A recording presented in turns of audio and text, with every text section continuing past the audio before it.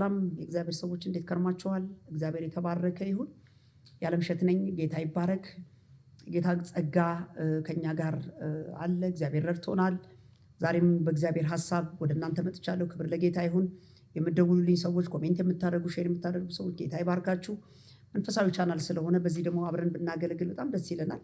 ለብዙ ሰዎች ይሄ ነገር እንዲደርስ ሼር አርጉልን፣ ላይክ አርጉት፣ ሰብስክራይብ አርጉልን።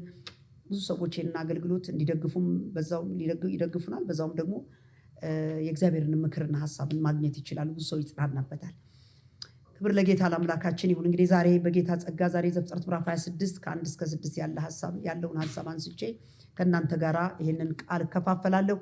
እናገር የፈለኩት ወገኖች ሆይ በእዚሁ ተቀመጥ የሚል ሐሳብ ነው። እዚሁ ሲባል እያንዳንዳችን የት የምትሉ ሰዎች ካላችሁ ባላችሁበት ቦታ ላይ እግዚአብሔር በተናገራችሁ ቦታ ላይ እንድትቀመጡ እግዚአብሔር ዛሬ ድምፁን ያሰማል።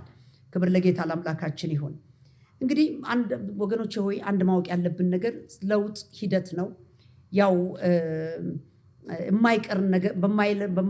በማይቆም ለውጥ ውስጥ ነው የምንኖረው። ዓለማት ይቀያየራሉ፣ ሁኔታዎች ይለወጣሉ። የማይለወጥ ነገር በዚህ ዓለም ላይ ምንም ነገር የለም። ከለውጥ ውጭ እኖራለሁ ማለት ደግሞ አይቻልም። በለውጥ ውስጥ እንኖራለን። በዓለም አቀፋዊ ለውጦች የማይነኩት ነገር እንደሌለ ማለት ነው።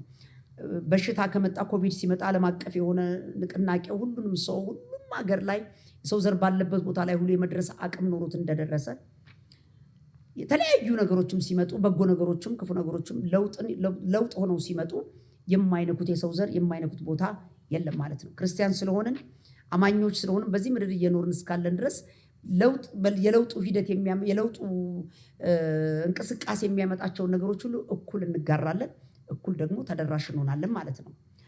እንግዲህ ይሄ ለውጥ እንግዲህ ምንድነው? ይሄ ለውጥ በመጣ ቁጥር ሁሉ ይሄ የሆነ ሽግግር ነገሮች ይመጣሉ።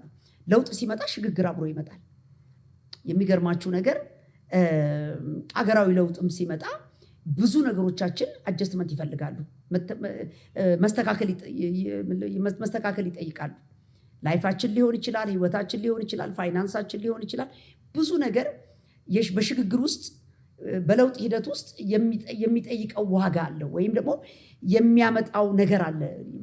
ለውጡ በራሱ በእያንዳንዳችን ላይ የሚያመጣው ነገር ይኖራል። አንዳንድ ጊዜ ቦታ መልቀቅ ዲስሎኬት ሊያደርገን ይችላል። አካባቢ መቀየር ሊሆን ይችላል።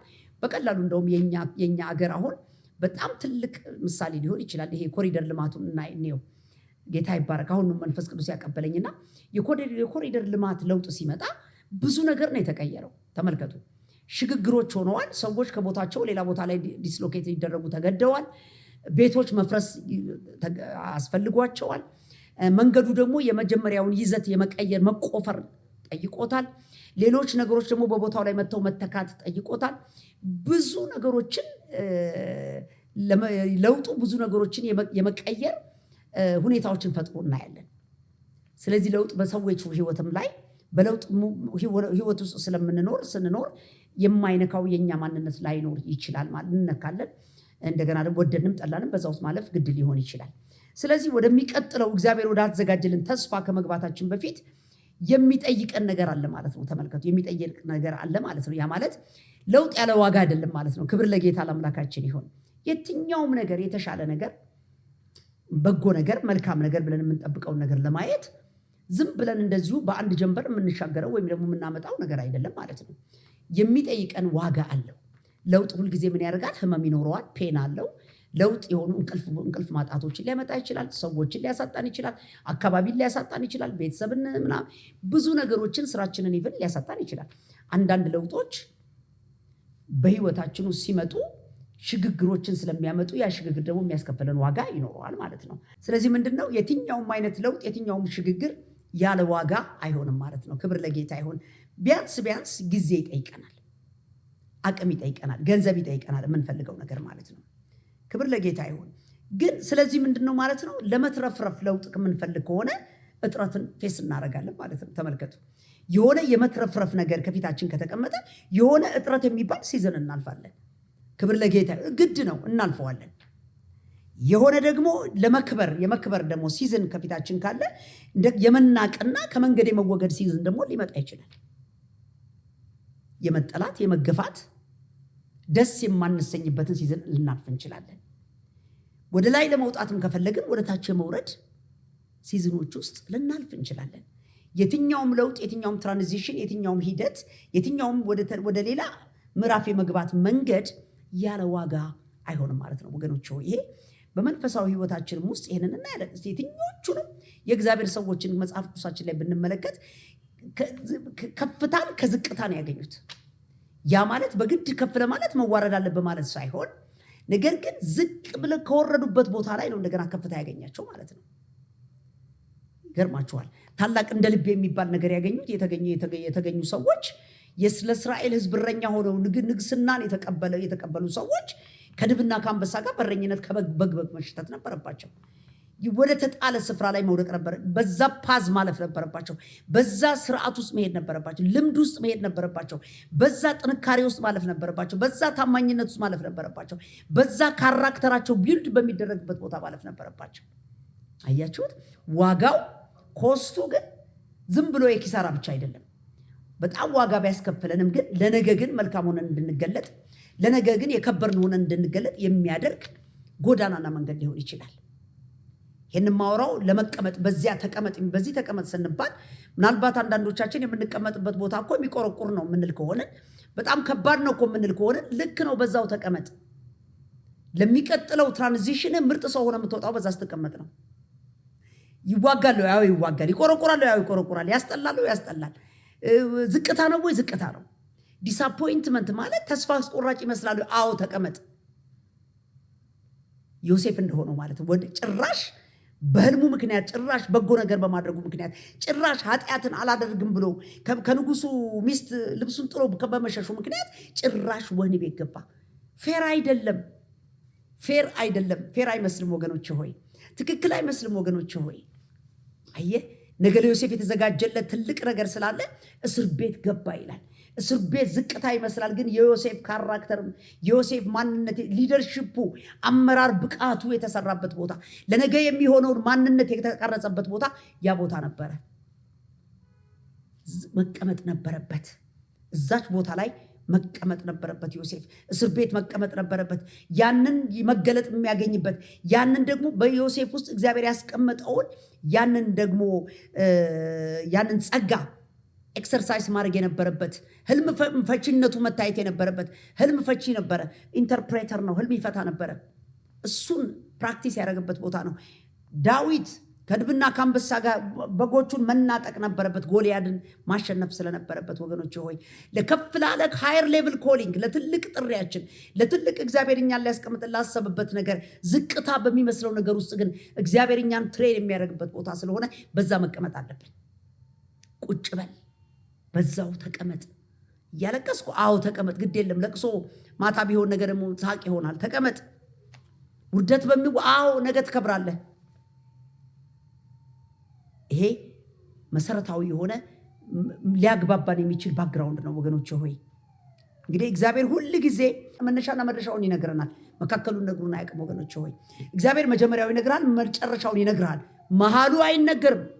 ዮሴፍ በህልሙ ውስጥ መጀመሪያውን አይቶታል፣ መጀመሪያው ይታወቃል፣ መጨረሻውንም አውቋል። መሃሉን አልነገረውም፣ አይጀምረውም ነበር ቢነግረው ኖሮ ወገኖች ሆይ። በወንድሙ ተጥሎ 2 ጊዜ ነው የተሸጠው እኮ። 2 ጊዜ በመሸጥ ወደ ጲጢፋራ ቤት እንደሚሄድ ዮሴፍ ቢያቅ ኖሮ አይጀምረውም ነበረ፣ ህልሙን ይተወው ነበረ፣ ወደዛ አይደርስም ነበር ወገኖች ሆይ፣ አይሄድም ነበረ። ያን ጊዜ በ20 ብር በ30 ብር ተሸጦ ነው እዛ የደረሰው። እንደ እንስሳ ተሸጦ አይጀምረውም ነበር። እግዚአብሔር መሃሉን አይነግረንም፣ መጀመሪያችንና መጨረሻችንን ነው የሚነግረን። ስለዚህ ወገኖች ሆይ የምንቀመጥበትን ቦታ የምንወስነው እኛ አይደለንም። የነገ ተስፋ ካለ፣ ራእይ አለኝ የምትለኝ ከሆነ፣ እግዚአብሔር የነገረኝ ነገር አለ፣ ትልቅ ነገር ሰምቻለሁ የምትለኝ ከሆነ ባለህበት ቦታ ላይ ተቀመጥ ነው የምልህ። ባለህበት ስፍራ ላይ ተቀመጥ። ግን አስተውለን ባላንሱን ጠብቀን እናደርጋለን። ግን በእኔ ኮንቴክስት ግን ተቀመጥ እያልኩ ነው ዛሬ በኢየሱስ ስም። አንዳንድ ጊዜ የተቀመጥንበት ስፍራ ደረቅ ሊሆን ይችላል፣ ተስፋ የማይጣልበት ነገር ሁሉ፣ ነገር ግን እሱ ቦታ ግን ለም ሊሆን ይችላል። እግዚአብሔር ያንን ቦታ መልካም መሬት ሊያደርግልህ ይችላል። መልካም የበረከት ስፍራ አድርጎ ሊቀይረው ይችላል። በእግዚአብሔር መታዘዝ ውስጥ ከተቀመጥን ማለት ነው። ክብር ለጌታ ለአምላካችን ይሁን። ሐዋርያት ሥራ ምዕራፍ 1 ላይ ከእግዚአብሔር ቃል ብንመለከት ከኢየሩሳሌም እንዳትወጡ አላቸው። ኢየሱስ ክርስቶስ እንደገና ካረገ በኋላ ከኢየሩሳሌም ተስፋውን እስክትቀበሉ ድረስ ከኢየሩሳሌም እንዳትወጡ አላቸው። እሱን ሐሳብ ላንብበውና ወደሚቀጥለው እንሄዳለን። ክብር ለጌታ ለአምላካችን ይሁን። ከኢየሩሳሌም እንዳትወጡ ነው የተባሉት። ተስፋ የለም። የሚገርማችሁ ኢየሱስ ክርስቶስ ካረገ በኋላ ለደቀ መዛሙርቶቹ ምንም እኮ ተስፋ የላቸውም። ሁሉን ትተው ተከትለውታል። ተመልከቱ፣ ሁሉን ትተው ተከትለዋል። ሲያዩት ደግሞ ከኢየሱስ ጋር መሄድ ብዙም ደግሞ ምንም እንኳን ድንቅና ታምራት እያሳየ ምግብ እያበዛ ድውይ እየፈወሰ ታምራት እያሳያቸው ድንቁን እያሳያቸው የቀጠሉ ቢሆን እንኳን በጣም እንደዚህ ያለ አይደለም፣ ከስደት ውጭ የሚያደርግ አልነበረም። ያን ጊዜ ብዙ ስደት እኮ ነበረ። ብዙ መከራ በነበረበት ጊዜ ከኢየሱስ ጋር የነበሩት ደቀ መዛሙርቶች ፐርሲኪዩት ይደረጉ ነበረ። ከያሉበት በቃ ይሳደዱ ነበር። በዛ ጊዜ ግን እንዲህ አላቸው ይላል። እንዲህ አላቸው። ላንብብላችሁ 1ና 2 ላንብብላ። ቴዎፍሎስ ሆይ ኢየሱስ የመረጣቸውን ሐዋርያትን በመንፈስ ቅዱስ ካዘዛቸው በኋላ እስካረገበት ቀን ድረስ ያደረገውና ያስተምረው ዘንድ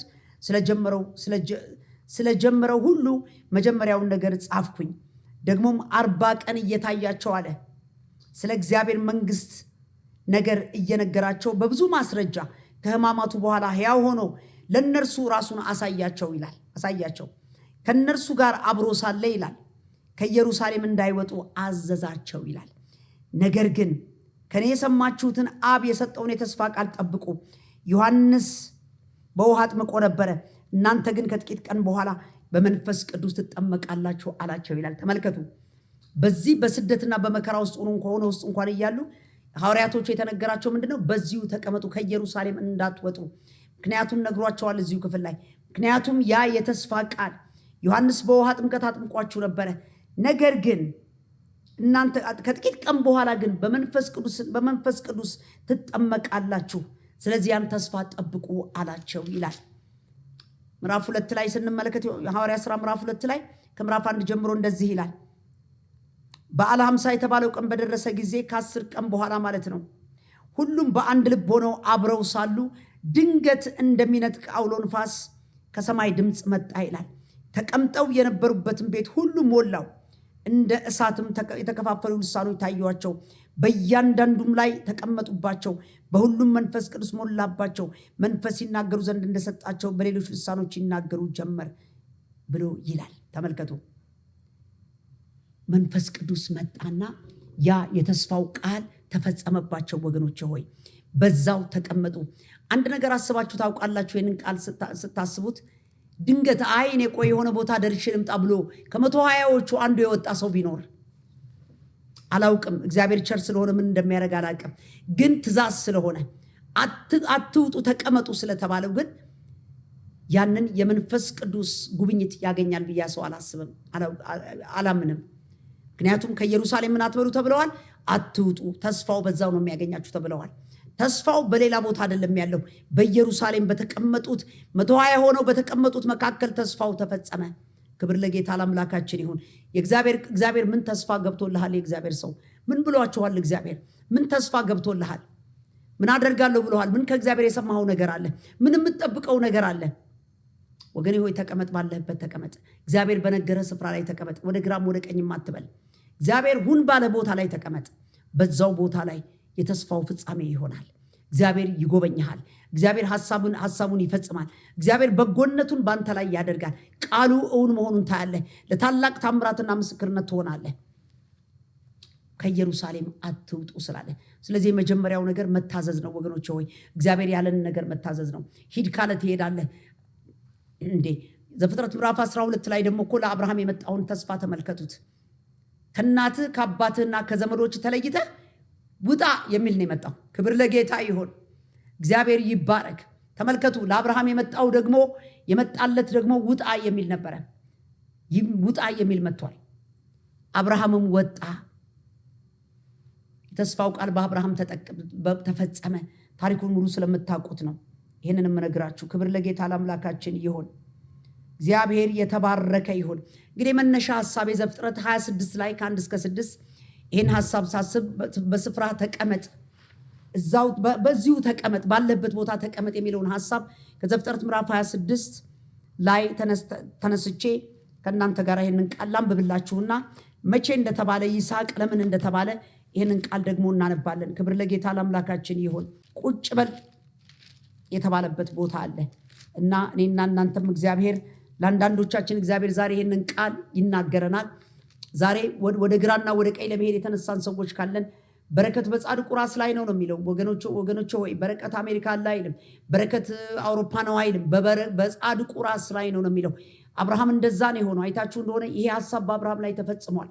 ሎጥና የሎጥ ሎሌዎችና የአብርሃም ሎሌዎች በተጣሉ ጊዜ መለየት እንደሚገባቸው ሲያስብ አብርሃም ለሎጥ የሰጠው ድል ወደ ፈለግከው ሂድ የሚል ነበር። ወደ አንተ ግራውን ብትሄድ እኔ ቀኝ ሄዳለሁ፣ እኔ ቀኙን ብሄድ አንተ ግራውን ትሄዳለህ፣ ምረጥ፣ አንተ የፈለግከው ምረጥና ሂድ አለው ይላል። ሎጥ ደግሞ በሰዶምና ገሞራ አካባቢ በጣም ለምለም እንደነበረ ውሃም እንደነበረበት ስላየ ለከብቶችም ለኑሮም መልካም እንደነበረ ስለተመለከተ ያን አካባቢ መረጠ ይላል። ከዛ በኋላ መረጠና ተለያዩ ይላል። ከዛስ መጨረሻ ላይ ግን ሎጥና ሰዶምና ገሞራ ሆኖ ግን ህዝቡ በበደልና በኃጢአቱ ምክንያት እግዚአብሔር ተቆጥቶ ያጠፋው ምድር ሆነ። ሎጥና ቤተሰቡ ግን ያመለጠበት ቦታ ሆነ ያ ቦታ። ወገኖች ሆይ አብርሃም ግን የረገጠውን የሚወርስ ስለሆነ እሱ ጻድቅ ስለሆነ በረከቱ በሱ ላይ ስላለ የረገጠው ሁሉ ለአብርሃም በረከት እንደሆነ ያምን ስለነበረ አብርሃም የረገጠውን ሲወርስ እናያለን።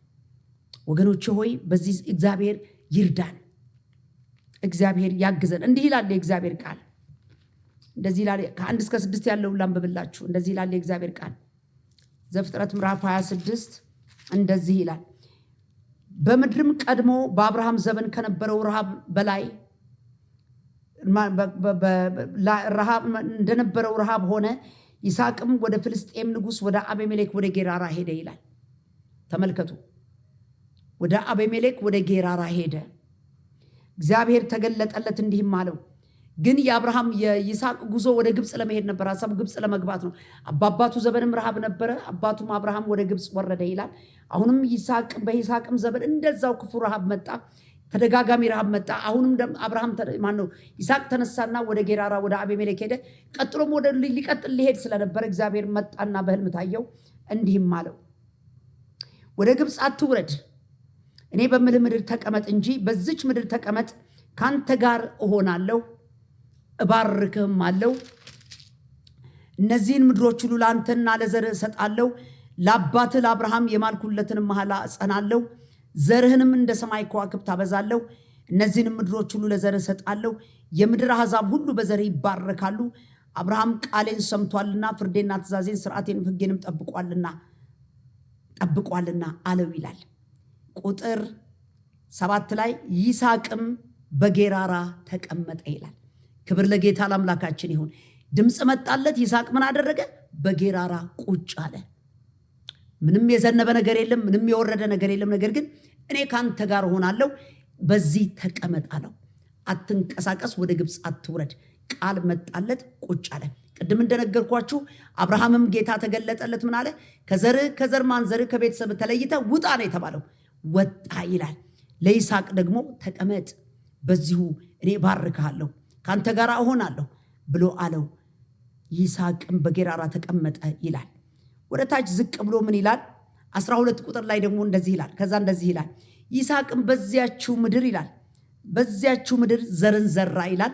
በተቀመጠበት ምድር ዘርን ዘራ፣ በዚያው ዓመትም 100 እጥፍን አገኘ። እግዚአብሔርም ባረከው፣ ባለጸጋ ሰው ሆነ ይላል። እጅግ እስኪጠግብ ድረስ እየጨመረ ይበዛ ነበረ። የበግና የላም ከብትም ሎሌዎቹም እጅግ በዙለት። ፍልስጤማውያኖችም ቀኑበት እያለ ይቀጥላል። የእግዚአብሔር ሰዎች እየጨመረ የአንድ ጊዜ በረከት ብቻ አይደለም። በጌራራ ይስሐቅ እሺ ብሎ በተቀመጠበት ምድር ላይ የመልትፕላይ የሚያደርግ እየበዛ እየጨመረ የሚሄድ በረከት አገኘው ይላል።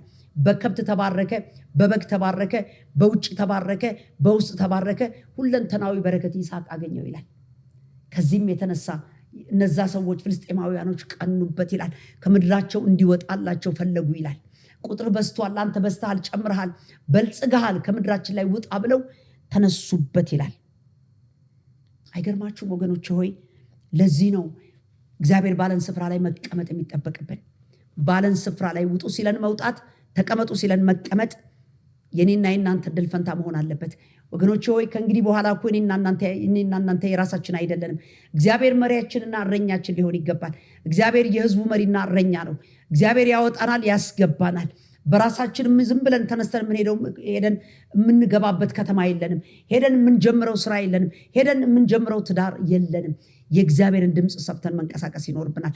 አለበለዚያ ግን እግዚአብሔር ድምፁ ከመጣ ባለን ስፍራ ላይ ተቀምጠን ግን እግዚአብሔር የበረከትን ደጆች ይከፍትልናል። ወገኖች ሆይ ከመቀበዝበዝ ህይወት ማረፍ አለብን። አንዳንድ ጊዜ አንዳንድ ሰዎች በተለይ ውጭ ሀገር እሰማለሁኝ ስቴት 10 ጊዜ ይቀያይራሉ።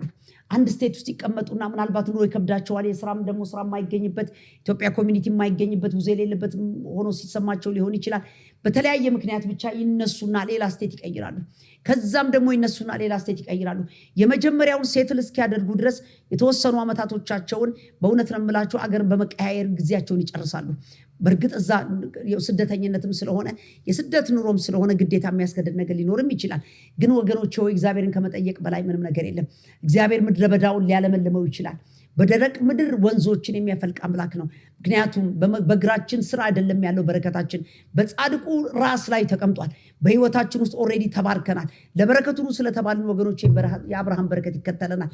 ነገር ግን የእግዚአብሔርን ድምፅ በመታዘዝ ከተንቀሳቀስን እግዚአብሔር በዛው ደረቅ በምንለው በዛው አልሰራልንም በምንለው ከበደን በምንለው ግራ ገባን በምንለው ደረቅ ምድረ በዳ በሆነበት ስፍራ ላይ ልምላሜ ሊያደርግልን ይችላል። የእግዚአብሔር ሰዎች እግዚአብሔር ተአምራትን ሊያደርግ ይችላል።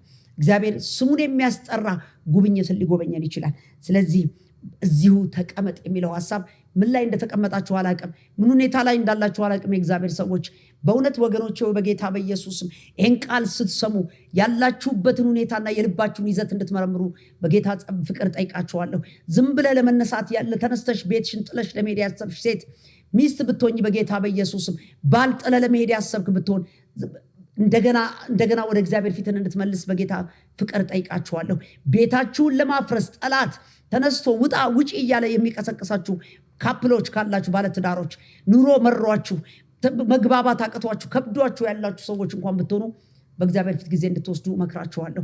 በፍጹም እግዚአብሔር በመለያየት ውስጥ በረከትን አላስቀመጠም። በራሳችን ስፍራ በመቀየር ውስጥ እግዚአብሔር በረከትን አላስቀመጠም። ነገር ግን አብሮ በመሆን ውስጥ የእግዚአብሔርን ድምፅ በመስማት ውስጥ አብሮ በመቀጠል ውስጥ እግዚአብሔርን በመጠባበቅ ውስጥ ግን የእግዚአብሔርን በረከት ማግኘት እንችላለን። ስለዚህ ይህን እላችኋለሁ። ስራ ለመቀየር የምታስቡ ሰዎችም ካላችሁ እንደገና እግዚአብሔርን ፊት እንድትፈልጉ እመክራለሁ። ዛሬ እግዚአብሔር ውጣ ብሎሃል ወይ ነው? እግዚአብሔር ውጪ ብሎሻል ወይ? ድምፅ ከእግዚአብሔር ሰምታችኋል ወይ? አብርሃም እንደሰማው ይስሐቅ እንደሰማው ድምፅ መጥቷል ወይ? በመልአኩ መጥቶ ድምፅ ይዞ መጥቷል ወይ? እግዚአብሔር በአገልጋዮች ተናግሮ ነው ወይ? በቃል ውስጥ እግዚአብሔር ድምፅ አምጥቷል የሚለውን ነገር ለልባችንም ተናግሯል የሚለውን ነገር ይህንን በደንብ አድርገን ማጤን ይገባናል። ምክንያቱም መንቀሳቀስ ለውጥ ዋጋ ያስከፍላል። ትራንዚሽን ዋጋ ያስከፍላል። ስፍራን መቀየር ዋጋ ያስከፍላል። ያለ እግዚአብሔር ሐሳብ፣ ያለ እግዚአብሔር ፕሮግራም፣ ያለ እግዚአብሔር አጀንዳ ከተንቀሳቀስን ወገኖች ሆይ በእውነት ነው የምላችሁ ዋጋ ያስከፍለናል። ዋጋ እንከፍላለን። ስለዚህ እግዚአብሔርን ሰምቶ መውጣት መግባት ይሆንልን በኢየሱስም። ሌላው የሐናና ህይወት ብትመለከቱ ሐናም እንደዛ ነው። ሐናንና ፍናናን ብትመለከቱ የፍናናና የሐና ህይወት ብትመለከቱ ሁለቱም የአንድ ሰው ሚስቶች ናቸው። ሁለቱም የአንድ ሰው ሚስቶች ናቸው። ነገር ግን ሐና መሃን በመሆኗ የደረሰባትን ነገር እናውቃለን፣ ሁላችንም እናውቃለን። እና ከዚህ የተነሳ በየዓመቱ ሐና ወደ ሴሎ መሄዷን አላቋረጠችም። የሐናን ማህፀን እግዚአብሔር ራሱ ዘግቶት ነበርና ይላል። ተመልከቱ፣ ስፍራ በመቀያየር ምንም አታመጣም። እንዲና እንዲያ በማድረግ ምንም አታመጣም። የተለያዩ ነገሮችን ብታደርግ ምንም አታመጣም። ማህፀኗን እግዚአብሔር ራሱ ዘግቶት ነበርና ይላል። the only thing ያላት አማራጭ በእግዚአብሔር ፊት መመላለስ ብቻ ነው። ክብር ለጌታ ይሁን። ሚስጥሩን ለማወቅ በእግዚአብሔር ፊት ዕለት ማልቀስ፣ የእግዚአብሔርን ደጅ ማንኳኳት ብቻ ነው። አምልኮዋን መቀጠል ብቻ ነው።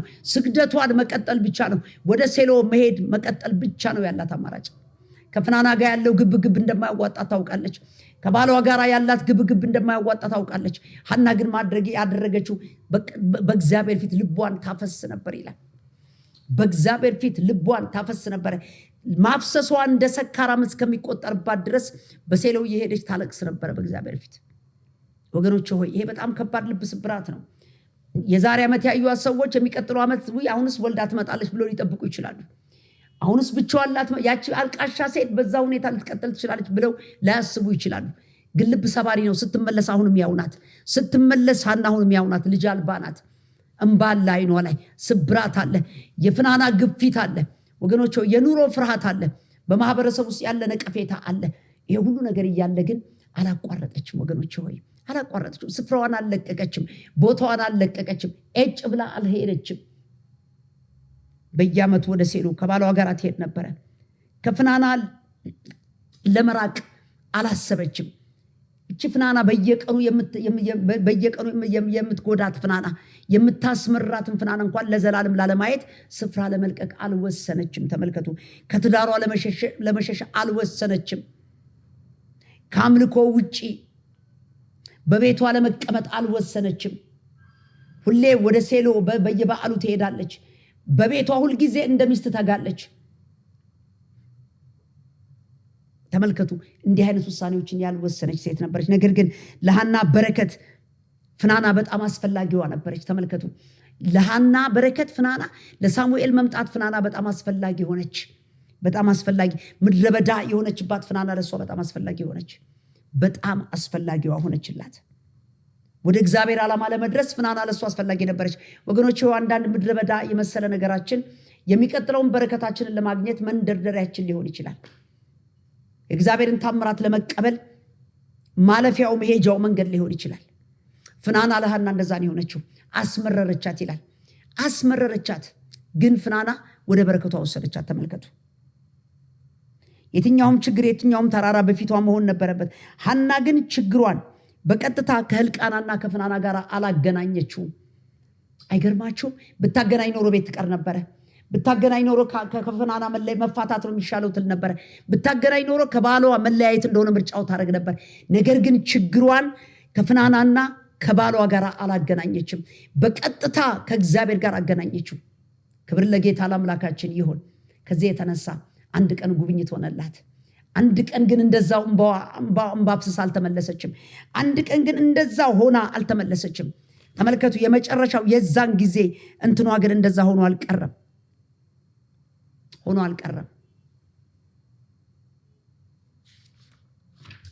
ወገኖች ሆይ፣ ያምባዋ የሚደርቅበት የመጨረሻው ሲዝን ደረሰ። የመጨረሻው ሰዓት ደረሰ። ተመሳሳይ ሴት፣ ተመሳሳይ ስብራት ያለባት፣ ተመሳሳይ ችግር ይዛ በየቀኑ የምትመጣ፣ ተደጋጋሚ ያልተመለሰ ጥያቄ፣ ተደጋጋሚ ጩኸት ያላት ሴት ዳግመኛ ግን ከዛ በኋላ እንደዛ አልተመለሰችም። ወገኖች ሆይ፣ በጌታ በኢየሱስም ብዙ ዓመት የጸለያችሁ ሰዎች በአንድ ጉዳይ፣ ብዙ ዓመት በእግዚአብሔር ፊት ያነባችሁ በአንድ ጉዳይ፣ ግድ የለም የመጨረሻው እንባ የሚታመስበት ቀን አለ። የመጨረሻው ቀን አለ ወገኖች ሆይ፣ የመጨረሻው ስብራት የሚጠገንበት ቀን አለ።